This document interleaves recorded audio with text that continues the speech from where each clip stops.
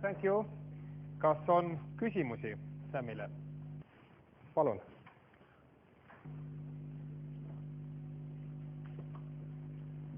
Okay, fine.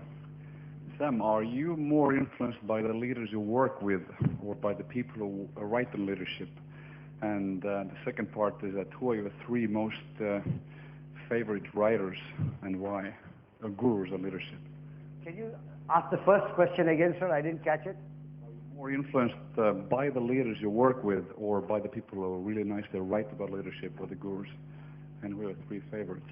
Thank you. I'm impressed by both, the answer to your first question. I really appreciate people who write about it because they are able to stand back and without being personal about it, they are able to write. So I do get impressed by them.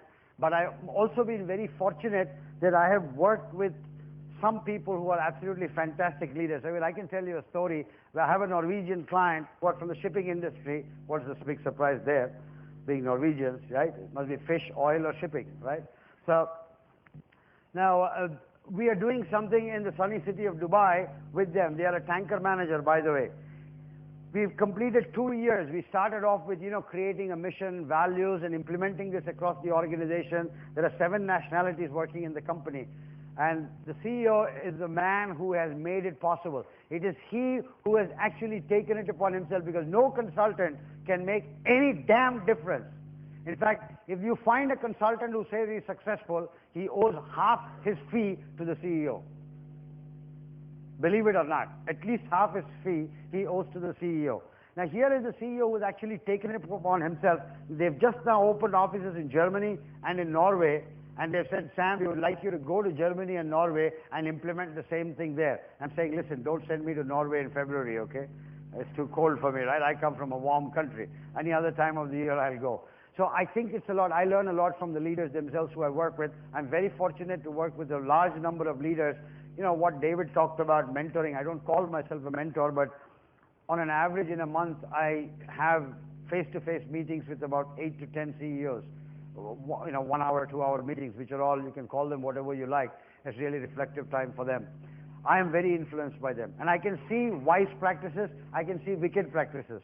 And I can compare wise and wicked practices, and then I tell the stories. That's why I call myself storyteller. The second thing you talked about, who are the gurus? One person is Howard Gardner, for whom I have enormous respect. Howard, he's an age-old sage, his thinking is so rich. He's a teacher. Howard is a teacher, he's not a business leader at all. But the way he looks at leadership, I mean, he talks about Gandhi's leadership.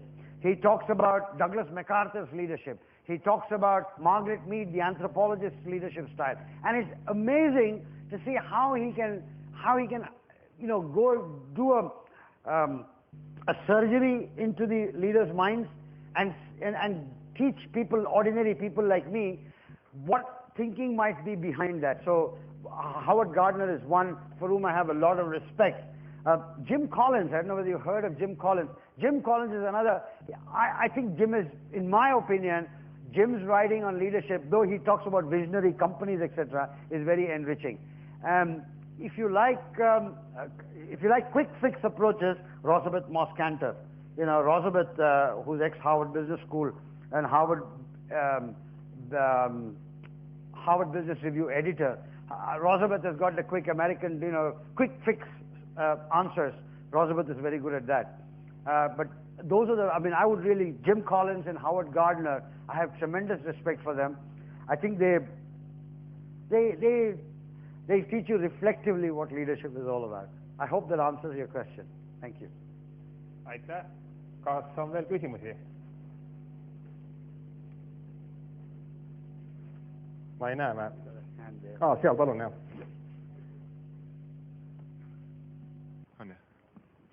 Mart Võiksaar, Real TV. I believe you told us about the Western values, but just briefly to get an impression, how does it work in India, for example? Thank you very much. I hope I have not done the cardinal sin of providing values that only come from one part of the world. I am an Indian, and I have been very fortunate to work in many different parts of the world. I have a home in California. but I was born in India. I spent the first 30 years of my life in India, and I worked with a mix of companies. The storytelling is, I think, a very, very Indian value. I grew up hearing stories from my grandmother. For instance, I will tell you a story my grandmother told me. She said, never point a finger at anyone, because when you point a finger at someone, 3 fingers are pointing at yourself. That is a story she told me. So I grew up hearing stories. I grew up listening to stories, and storytelling is very, very much an Indian thing. Grimm's fairy tales. Hans Christian Andersen. He's from some part near this world, isn't it? At the same time, we have got stories, the Panchatantra, the Jataka tales. They come. So I hope I have not committed the error of providing you with a set of values that belong to one part of the world.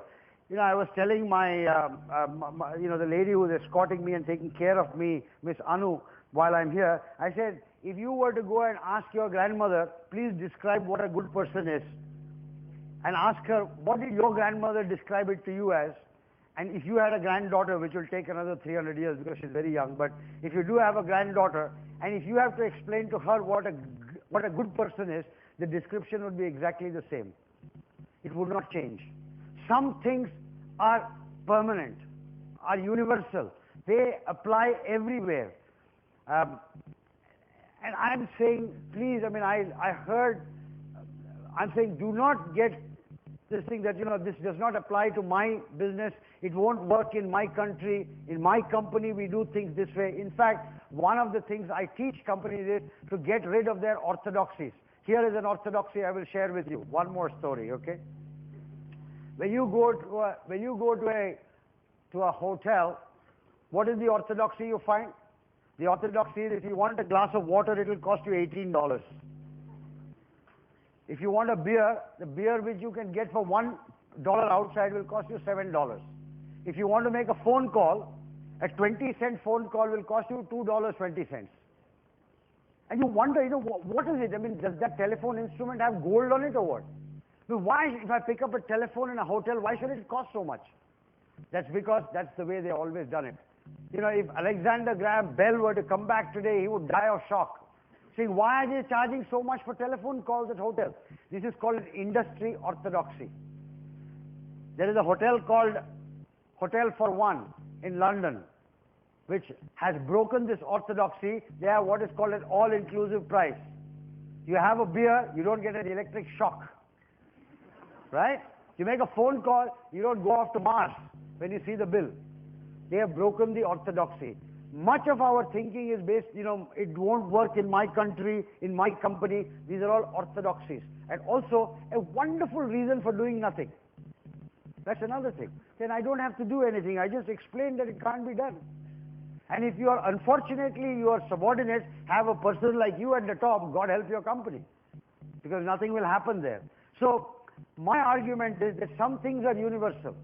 And some things are very specific to our history, our culture, maybe our geography, but that is becoming less and less as people, now I have come to Estonia. I have never been to Estonia before.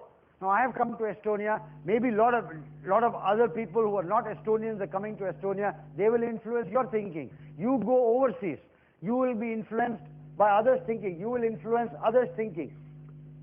200 years ago, when you could only go 20 miles away or 2 miles away, you had your thing which was very unique about you. This is dying now. My daughter-in-law is a blue-eyed blonde from Columbus, Ohio. I sent my son to study. He went and got himself a girl. What do you do? But the point is this. Now, I have to learn to deal with it. My father would have died. He died before all this happened, thank God. Otherwise he would have died. So the point, but now you know what? My daughter-in-law, she is one of the sweetest girls you can ever come across. She is she's an angel. But she's from Columbus, Ohio. She rides horses. I don't. I'm not from Columbus, Ohio. I'm not blonde. I'm not blue-eyed. So the point is this. I think these are some changes that are taking place. The 21st century is very different. And the more we mix, I think the better it will be. The less, we have to learn to drop certain things and only keep certain things. And I think the world will be a better place. This is my opinion.